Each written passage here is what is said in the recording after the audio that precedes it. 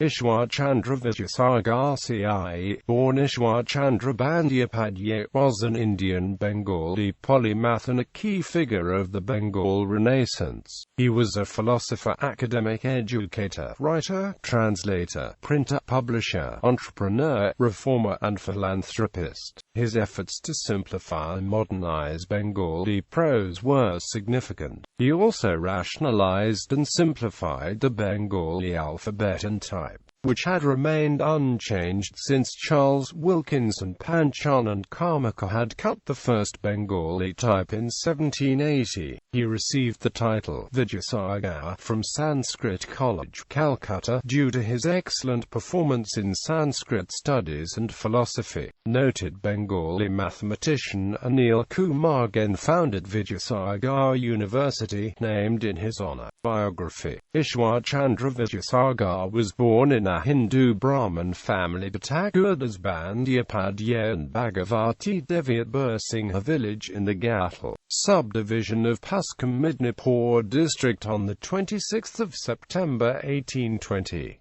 At the age of 6, he went to Calcutta and started living in Bhagavat Karan's house in Burra Bazaar, where Accolades had already been staying for some years. Ishwar felt at ease amidst Bhagavat's large family and settled down comfortably in no time. Bhagavat's youngest daughter Ramoni's motherly and affectionate feelings towards Ishwar touched him deeply and had a strong influence on his later revolutionary work towards the upliftment of women's status in India. His quest for knowledge was so intense that he used to study under a streetlight as it was not possible for him to afford a gas lamp at home. He cleared all the examinations with excellence and in quick succession. He was rewarded with a number of scholarships for his academic performance. To support himself and the family, Ishwar Chandra also took a part-time job of teaching at Jorishamko. Ishwar Chandra joined the Sanskrit College, Calcutta and studied there for 12 long years and passed out of the college in 1841, qualifying in Sanskrit grammar, literature, rhetoric, Vedanta, Shruti and astronomy. As per the customs then, Ishwar Chandra married at the age of 14. His wife was Dinamani Devi. Narayan Chandra Bandyopadhyay was their only son. In the year 1839, Ishwar Chandra Vidyasagar successfully cleared his law examination. In 1841, at the age of 21 years, Ishwar Chandra joined Fort William College as head of the Sanskrit department. After 5 years, in 1846, Vidyasagar left Fort William College and joined the Sanskrit College as assistant secretary. In the first year of service, Ishwar Chandra recommended a number of changes to the existing education system. This report resulted in a serious altercation between Ishwar Chandra and college secretary Rasamoi Dutta. In 1849, he again joined Sanskrit College as a professor of literature. In 1851, Ishwar Chandra became the principal of Sanskrit College. In 1855, he was made special inspector of schools with additional charges. But following the matter of Rasamoi Dutta, Vidyasagar resigned from Sanskrit College and rejoined Fort William College as a head clerk. Widow remarriage. Vidyasagar championed the uplift of the status of women in India, particularly in his native Bengal. Unlike some other reformers who sought to set up alternative societies or systems, he sought to transform orthodox Hindu society from within. With support from people like Akshay Kumar Dutta, Vidyasagar introduced the practice of widow remarriages to mainstream Hindu society. In earlier times, remarriages of widows would occur sporadically only among progressive members of the Brahmo Samaj. The prevailing custom of Kulan Brahmin polygamy allowed elderly men, sometimes on the deathbeds, to marry teenager prepubescent girls, supposedly to spare the parents the shame of having an unmarried girl attain puberty in the house.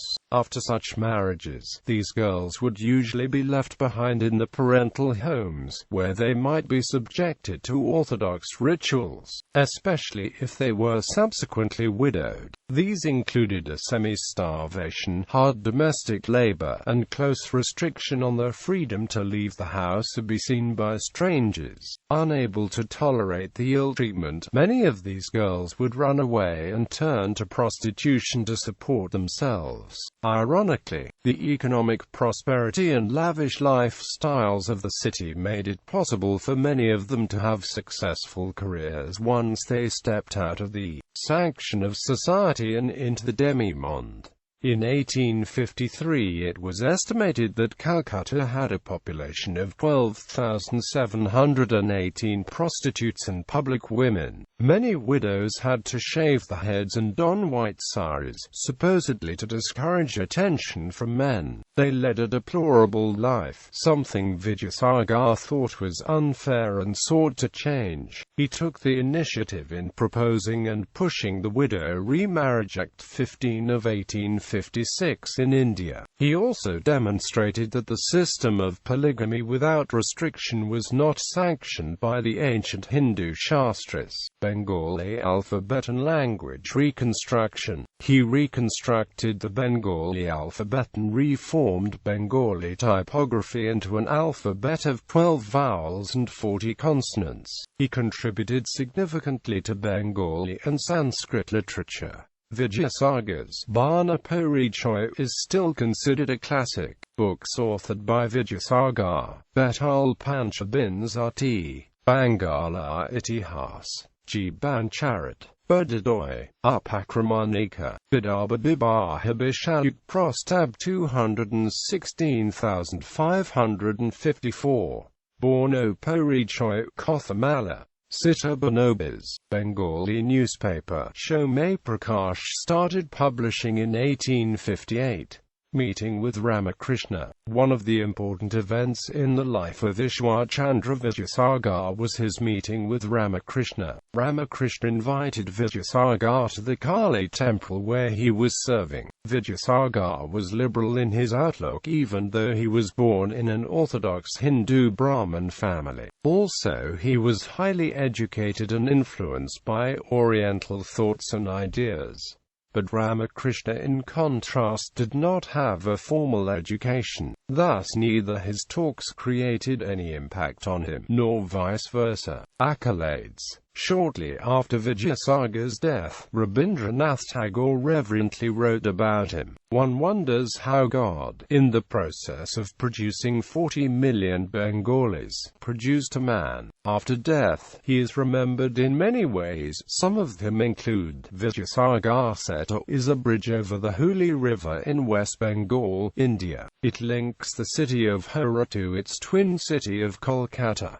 The bridge is named after Ishwar Chandra Vidyasagar. A fair named Vidyasagar Mela, which is dedicated to spreading education and increasing social awareness, has been held annually in West Bengal since 1994. Since 2001, it has been held simultaneously in Kolkata and Birsingha. There is a reputed college named after him and it is located in College Street, Kolkata, and a university named Vidyasagar University in Paschim Midnapore. Rectitude and courage were the hallmarks of Vidyasagar's character, and he was certainly ahead of his time. In recognition of his scholarship and cultural work, the government designated Vidyasagar a Companion of the Indian Empire in 1877. In the final years of life, he chose to spend his days among the Santhals, an old tribe in India. There is Vidyasagar Street in central Kolkata, which is named after him. The West Bengal government has established a stadium named after this great man at Barazar, the district centre of North 24 Parganas. Vidyasagar Hall, Indian Institute of Technology, Kharagpur, Corpus. Ishwar Chandra Vidyasagar spent the last 18 to 20 years of his life among the Santhals at Nandan Kanan, Karmakar in the district of Jamtara, Jharkhand. The station, Karmakar, has been renamed as Vidyasagar Railway Station in his honour. Textbooks Banaparachay, Rijupath, Sanskrita Bhakara and Arapakramanika, Bhayakar and Kaumudi.